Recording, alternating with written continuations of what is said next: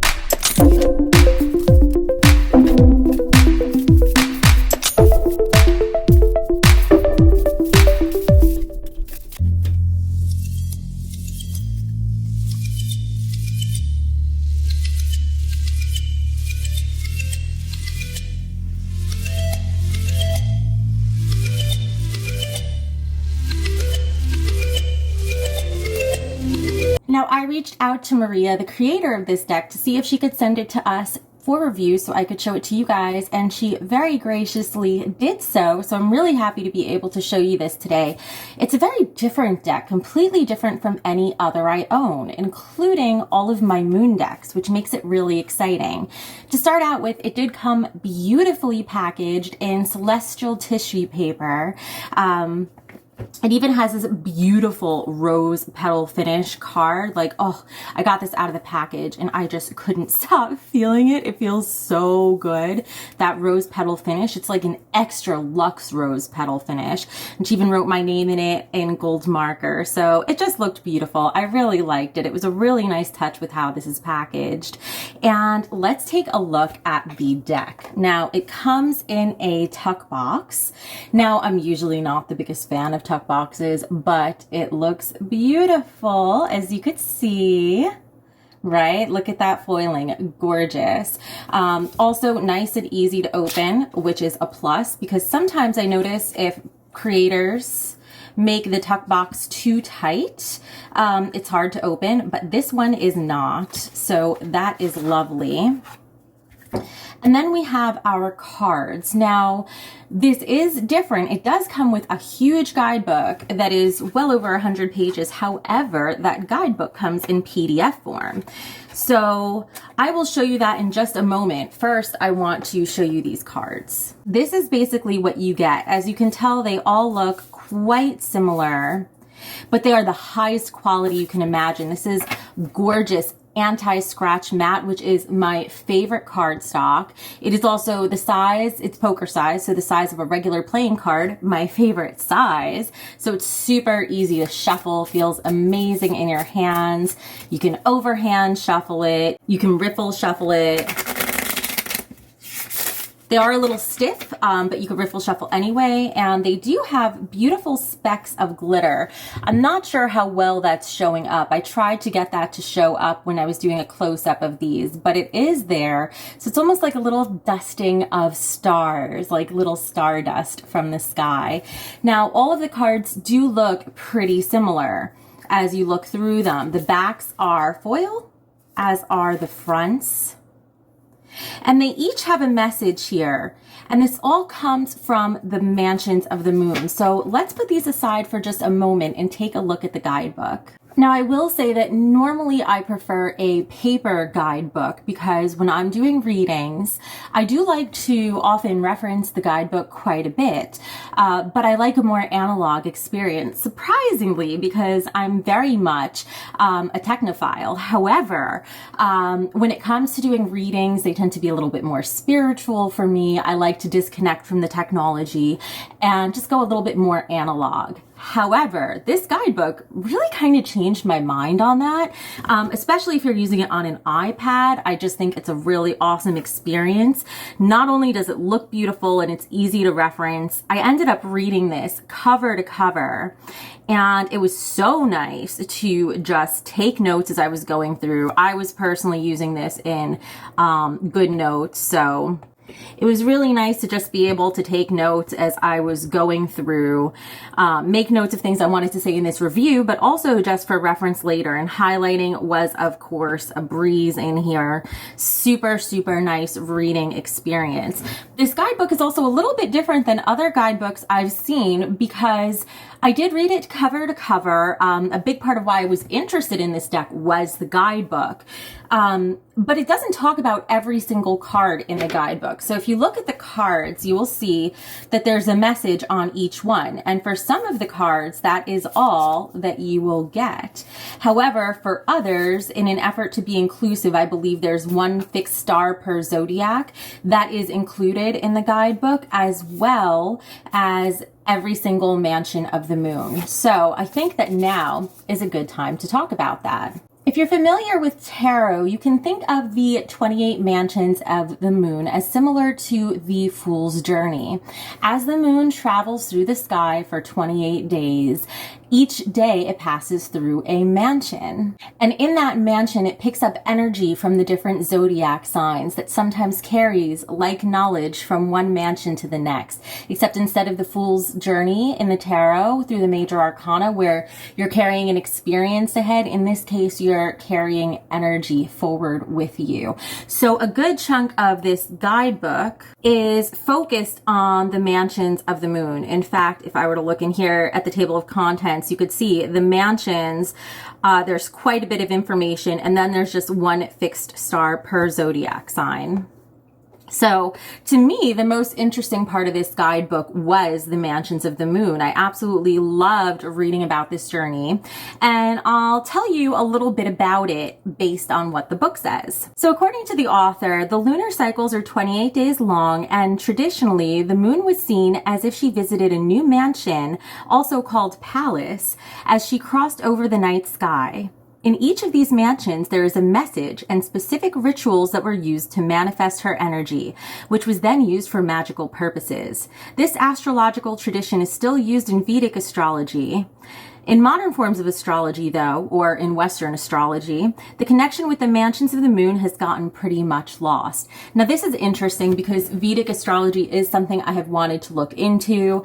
I won't go into all the differences between Western and Vedic astrology here, but if you follow Vedic astrology, you might actually be a different sign, different zodiac sign than you are in Western astrology, because it accounts for different degrees of position of the planets and astrological bodies. So it does change things a little bit. She talks about some of the books that she's referenced to get this information. And in this deck, some of the mansions of the moon traditionally have quite negative meanings.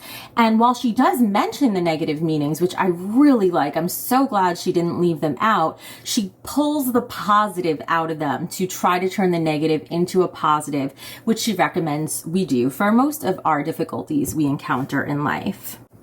And from there, she dives into the mansions and into the fixed stars. So to me, what makes this deck unique is that you don't find many decks that are based on astrology. People just tend to do astrology separate from tarot and oracle. And when you do find those decks, I either find them lacking or I find them too difficult to be accessible if you don't have a background in astrology. Not to mention that most of these decks don't touch Vedic astrology, which I personally find really interesting. So to be able to access Vedic astrology and the mansions of the moon, which is just a fascinating and beautiful concept, in such an easily accessible way is huge. It's something that I absolutely love about this deck. So I would recommend this deck for anybody who, first of all, is interested in the looks of these cards and is interested in sort of doing a daily pull that incorporates astrology into your practice. So let's go ahead and pull a card for today and see what our message is. Let's incorporate some astrology into our day. This is cool because without this deck, I do have a few other decks that have some astrology roots, but I don't use them every day because you just can't use them as an oracle. And I love that you can use this deck as an oracle with the message right on it. I find that really, really handy. So let's go ahead and give this a couple shuffles. They are a little thick, so you can riffle shuffle them, but they're a little stiff for it. That said, I riffle shuffle anyway.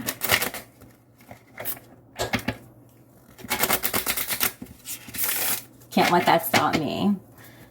So we'll do a few more shuffles and then I'll pull a card for everyone watching this video. So even though it's a sample reading, I believe if you clicked on this video, there is a message for you. There is a reason you found your way here, and a card just flew out for us. So this is going to be our card. Atlas, the Hyades. Allow yourself to wander because your heart already knows the answers. Oh, that's nice. Now, I don't know if this is a fixed star. Right to our table of contents. Atlas. Oh, it's the very first fixed star in here. That's fantastic. So there's another reason why this is nice to have this on here. We can go right to page 73. Skip right ahead. Save us some trees. Allow yourself to wander because your heart already knows the answers. This is also really nice in the guidebook. I love how big you get to see the card. So this is under the tropical sign Taurus, and its planetary influence is Saturn and Venus. The fixed star Atlas is found in the constellation of Taurus in the cluster of the Hyades. Agrippa said that the energy of Atlas shares the essence of Saturn and Venus. Atlas was believed to be the originator of all constellations. Oh, so we have some very primal first starter energy. The energy of this fixed star reminds us to seek for directions in life through looking within when we feel lost. Sometimes the background noise creates disruptions in our lives, but by tuning in and calming our mind, we often realize that we already know the answers to our questions and that we did since the beginning. Now that kind of makes sense because if you are the originator of all constellations, you don't have something external to look to for guidance, right? Even in this case, the energy would have to look within itself to find its answers, its solutions, to figure out what to do. And that's exactly what this card is telling us. So if you have a fixed plan, if you have any questions, don't look outwards for validation to see if that's the path you should be on. The only way you're going to find that answer is through self-reflection. So this is definitely a deck that I would use in combination with tarot or other oracles. You could do a spread with these cards, like a situation, challenge, outcome type of spread, or within and without kind of spread. So there's a lot of options for these if you were to use them in spread. So I would say for these cards, you're going to want to either pair them with tarot and other oracles or do a longer spread with them, which you could do very easily. It is very nice that these cards are standalone as well. I love that they have the messages right on here. So for all my professional readers out there, you don't have to get bogged down in learning an entire guidebook. You could just grab these and go. Also, they are also perfect for a daily draw when you first wake up in the morning or just before going to bed because they're really easy. I'd say more for first thing in the morning to be mindful of what sort of energy to carry with you through your day. So who do I think this deck is for? I think this deck is good for anybody who has an interest in astrology, who's interested in the moon and the mansions of the moon and wants to learn more. That was my primary draw towards this deck, is I really wanted to learn more about the mansions of of the moon.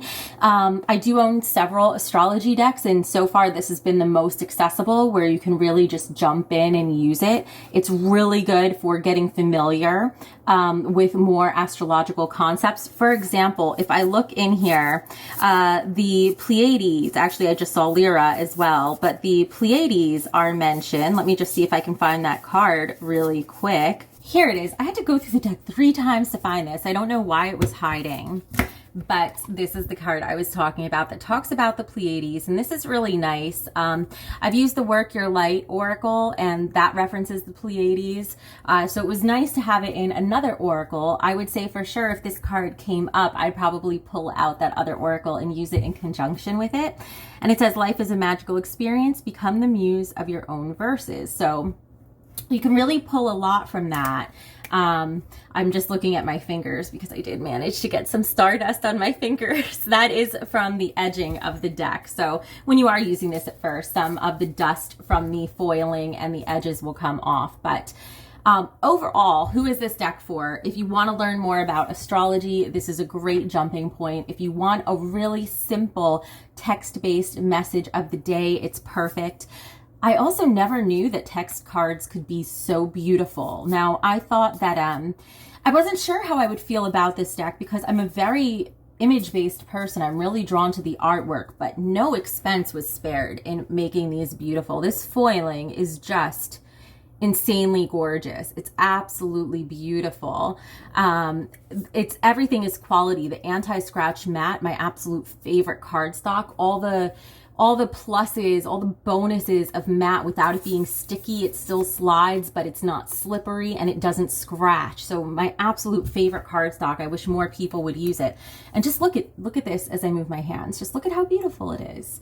So, and the backs look gorgeous too. So if you're doing any sort of pick a card readings or readings for clients, it looks really nice. It gives you a nice message to sum up your reading. So I will leave information in the description below for where you can get this deck if you are interested in it. And tell me, are you interested in astrology at all? Do you have any favorite astrology decks?